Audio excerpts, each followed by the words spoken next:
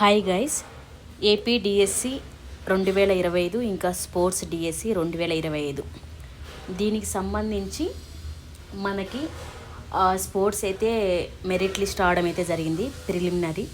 ఇంకా AP DSC అయితే with TET edit అయ్యాక మార్క్స్తో సహా స్కోర్స్ కార్డ్ అయితే రావడం జరిగింది. ఓకేనా?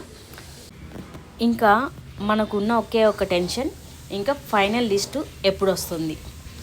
మెరిట్ లిస్ట్లో పేరు ఉంది, స్కోర్ కార్డులో కూడా మనకి మంచిగానే స్కోర్ ఉంది. ఇంకా ఫైనల్ లిస్ట్లో మన పేరు ఉంటుందా లేదా, అసలు జాబ్ వస్తుందా లేదా, ఇదే కదా అందరికి ఉన్న టెన్షను. మీకులాగే నాకు కూడా ఉంది. ఓకేనా? కాకపోతే మనకు ఓవర్ టెన్స్ ఎందుకు అవుతున్నామంటే, మనకు సోషల్ మీడియాలో కావచ్చు లేదా ఏదైనా యూట్యూబ్ ఛానల్లో కావచ్చు, వాళ్ళకి ఇన్ఫర్మేషన్ అనేది తెలియదు.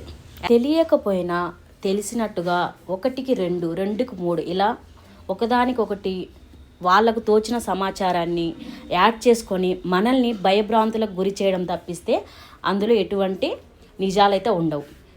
ఒకటి గుర్తుపెట్టుకోండి, వాళ్ళు ఏమన్నా గవర్నమెంట్కి సలహాదారులాగా వర్క్ చేస్తున్నారా? వాళ్ళకి ఏమైనా ఇన్ఫర్మేషన్ ముందుగా తెలియడానికి లేదు కదా. మరి ఎందుకు మీరు నమ్ముతున్నారు? కొందరేమో మేము అన్ని డిస్టిక్ల స్కోర్స్ అన్నీ కూడా మేము తీసుకున్నాము, మా దగ్గర ఒక లిస్ట్ ఉంది, ఈ డిస్టిక్లో కట్ ఆఫ్ ఇంత, ఈ డిస్టిక్లో కట్ ఆఫ్ ఇంత అంటారు. ఫర్ సపోజ్ తీసుకున్నామండి, ఇప్పుడు నేనే ఉన్నాను, నాకు వచ్చింది 60 or 70, నేను రాంగ్గా అప్డేట్ చేశా 95 19 ఇలా. నాలాగే చాలామంది కూడా అలాగే చేసి ఉండొచ్చు, రాంగ్గా మార్క్స్ అనేది ఎంటర్ చేయడం. దీనివల్ల యూజ్ అయితే ఏముండదు కదా.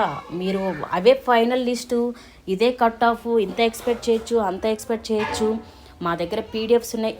మీరేమో ఇలా ఇన్ఫర్మేషన్ అనేది కరెక్ట్గానే వాళ్ళ దగ్గర కనుక ఉంటే కనుక వాళ్ళకు ఖచ్చితంగా గవర్నమెంట్ దగ్గర సలహాదారులుగా వర్క్ చేసే ఉండాలి. అంతే కదా. మరి మనకి గవర్నమెంట్ నుంచే అఫీషియల్గా నోటీస్ లేనిది, ఎటువంటి ఇన్ఫర్మేషన్ లేనిది వీళ్ళకి ఎలా వస్తుందండి? ఏదైనా కానీ కల్పితాలే కదా, ఏదో గెస్ చేయడం అంతే. ఇది అయి ఉండొచ్చు, ఇది అయి ఉండొచ్చు, అంతే కదా. దానికి మించి ఏం లేదు కదా. దీన్ని మీరు ఎందుకు సీరియస్గా తీసుకొని టెన్షన్ అవుతున్నారు? అసలు టెన్షన్ తీసుకోవద్దు. నాకు ఇన్ని మార్క్స్ వచ్చినాయి, నేను ఈ కేటగిరీకి చెందిన, నాకు జాబ్ వస్తుందా చెప్పడానికి నేనెవరు, వాళ్ళెవరండి? లక్ ఉంటే వస్తుంది, లేదంటే లేదు కదా. ఈ జాబ్ కాకపోతే ఇంకొక జాబ్ మీద మనం డిపెండ్ అవ్వాలి, ఇంకొక జాబ్కి ప్రిపేర్ అవుతాము, అంతే కదా. ఒకే జాబ్ మీద మనమేం కూర్చొని ఏమి ఉంటాం కదా. సో మీరు కూడా అంతే, ఒకే జాబ్ మీద ఫోకస్ చేయకుండా ఇంకా ఫర్దర్గా చాలా ఉంటాయి మనకి గవర్నమెంట్ దాంతో, వాటికి ఫర్దర్గా ప్రిపేర్ అవుతాం, అంతే కదా. లక్ ఉంటే వస్తుంది, లేదంటే లేదు. ఇలాంటివన్నీ నమ్మడం మానేసి మీకంటూ బ్రెయిన్లో ఒకటి ఫిక్స్ అయి ఉంటారు. మీ బ్రెయిన్ చెప్పినట్టుగానే ఫాలో అవ్వండి, ఎలా జరగాలో అలా జరిగిద్ది. మీకు ఈ జాబ్ కాకపోతే ఇంకొక ఫర్దర్ జాబ్స్కి ప్రిపేర్ అవ్వండి.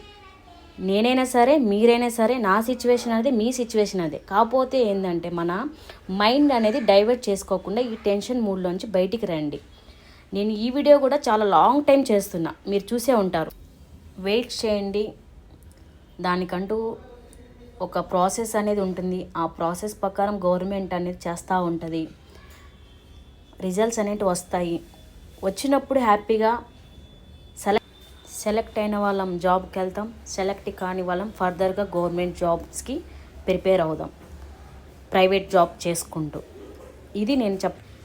ఇది నా ఒపీనియన్ మాత్రమే, మీరు తప్పుగా మాత్రం అర్థం చేసుకోవద్దు దయచేసి. ఏమైనా తప్పులు ఉంటే కనుక క్షమించండి.